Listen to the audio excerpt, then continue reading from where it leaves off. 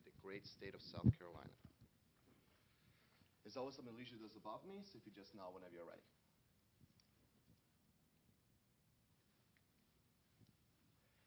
My fellow senators, not many people from South Carolina end up getting into Harvard. When I graduated from high school, only 2 people actually got in, me and Ben Bernanke. Now, you see, that's why the reason why it matters, because ultimately the education over the financial institutions and the way it works is exactly what this chamber really needs. We need to clarify the gaps on the affirmation to truly understand how this piece of legislation inherently benefits the Chinese economy, but also promotes the U.S. interest, that drives the U.S. competitiveness to benefit every single state represented within this room. So first, let's take a look how passing this piece of legislation will increase the dollar fluidity within global markets. Now, Senator Tyler, you just stood up and said that the Chinese government will not comply because it will harm by this. But you also referenced the credit crunch they're currently undergoing. But that's exactly the point.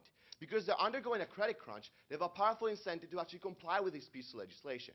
This is explained by Shen Hong from a Wall Street Journal article released just yesterday, which explains that the credit crunch on Wednesday created a sharp increase on short-term interest. Therefore, a stress on the domestic stock market within China led the Chinese central bank to avoid sell-off of currency. So what the Chinese government wants to do right now is not spend their own money and depreciate their own currency, because they want to maintain stability within their own markets. Because the moment they depreciate their own currency, every single investor that is investing on things such as bonds within China is massively losing on their own value. That's because they want to maintain stability. They have a powerful incentive to comply with this piece of legislation. But that's exactly the point. Because they're not going to be using the yuan to ultimately promote stability, they're going to be trading the US dollars they're going to be getting from this bill within all global markets. And that's actually going to be solving the issue at the core of the Chinese economy, because it's an insular currency. Basically, all you can do in China is trade within the yuan. So that's why they try to spread it all across the world. So they provide a powerful incentive for countries all across the world to buy Chinese products. However, the moment we infiltrate the dollar within China, at the moment it spreads all across the world, even if you want to invest in China, you're going to be using US dollars, which is inherently beneficial to the United States' economic interest. Furthermore, Senator Fedasiuk, you talk about dollar hegemony being very important. However, because default swap lines are ultimately create a maturity of only 3 months, it provides a powerful incentive for the Chinese government to spread across the world, because they only have 3 months until they have to pay us back.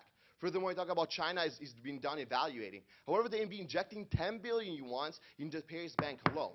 That's why the Chinese government is continuously trying to depreciate its own currency. But the moment we pass this piece of legislation, we're going to be exploiting the credit crunch they're undergoing right now to promote the U.S. economic interest all across the world. That's why it's critical that we affirm.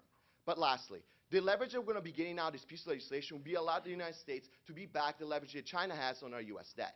This is explained by Eswar Prasad from the U.S.-China Economic and Security Review Commission, who explains that the Chinese are buying treasury bonds to provide an incentive to buy the yuan. However, the interest rate that we get out of the line that we're creating with this piece of legislation will allow the United States to have enough economic leverage to fight the interest rates that the Chinese have on U.S. debt, therefore evening out the strategy. The speech of 3 minutes and 12 seconds. Questioners, please rise. Mr. Thuma, Mr. Gupta, and Mr. Gorwitz. But Senator, how will this piece of legislation, as you're on the affirmative, how will it address the larger problems diplomatically and militarily that we are facing from China? Well, President Xi Jinping is a very smart guy, and the moment the Chinese economy becomes clearly dependent on the US dollar, such as with this bill, we're going to have a powerful incentive to engage in powerful diplomatic talks within the United States. Senator, how does today's legislation impact the United States' trade deficit with China?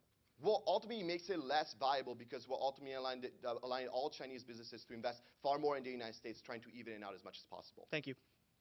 How do swap lines differ from plain old currency exchange markets? Well, swap lines ultimately create not only specific maturity rates, the maximum amount of maturity is 3 months, and also the amount of the money stands within the Federal Reserve Bank of New York. Thank you.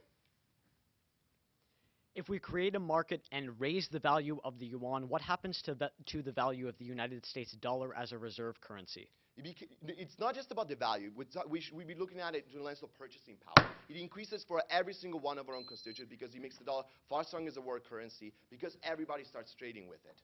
Thank you. Thank you, Mr. Canonical. You may take your seat. Negative speakers, please rise. Mr. Wechter.